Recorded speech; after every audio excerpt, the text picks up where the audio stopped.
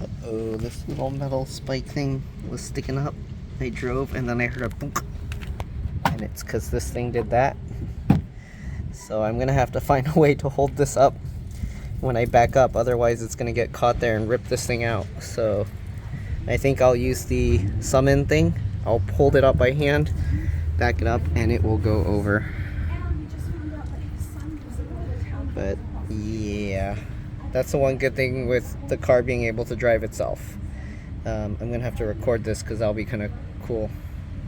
Alright, let me see.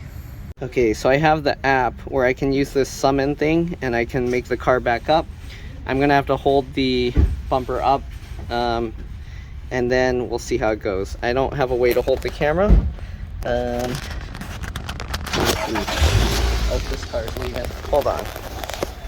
Oh, that person's gonna take a while to leave. Anyways, this thing, because it's sticking up so high, the bumper will hit it, because when I drove past it, yeah, it like hit this. So yeah. Okay, let's see if I can do it now, but a car's probably gonna go in.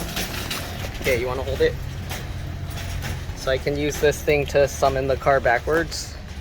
And I'm basically gonna have to hold this part up and hopefully I can pull it up high enough that it won't. So if I hold this, you can see it's going in reverse. There we go. And now it's past that bumpy thing. Perfect.